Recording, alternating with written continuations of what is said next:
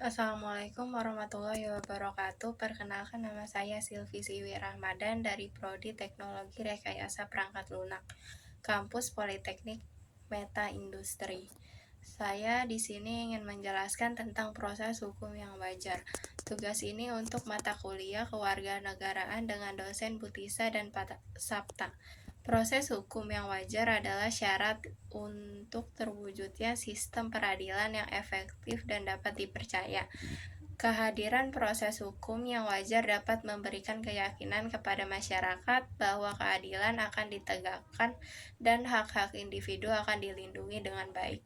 Contoh penerapan proses hukum yang wajar di kampus seperti prosedur disiplin mahasiswa yang adil dan transparan, penanganan kasus-kasus pelecehan atau diskriminasi dengan mengikuti prinsip-prinsip keadilan, dan pengambilan keputusan yang berbasis bukti dalam hal sengketa antara mahasiswa, staf, atau fakultas.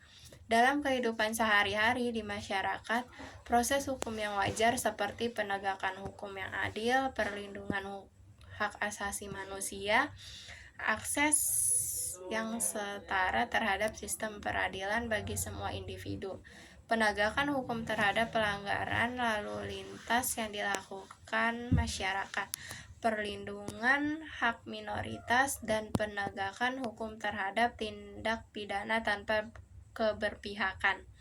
Komentar saya terhadap kondisi saat ini berkaitan dengan implementasi proses hukum yang wajar, seperti menuntut tentang peningkatan dalam pemberantasan korupsi di dalam sistem hukum itu sendiri, termasuk lembaga penegak hukum dan pengadilan, guna memastikan integritas dan kepercayaan masyarakat terhadap proses hukum dan memberikan perlindungan yang kuat terhadap hak asasi manusia, termasuk hak asasi kebebasan dalam berbicara, keadilan dalam persidangan, dan perlakuan yang manusiawi bagi para narapidana.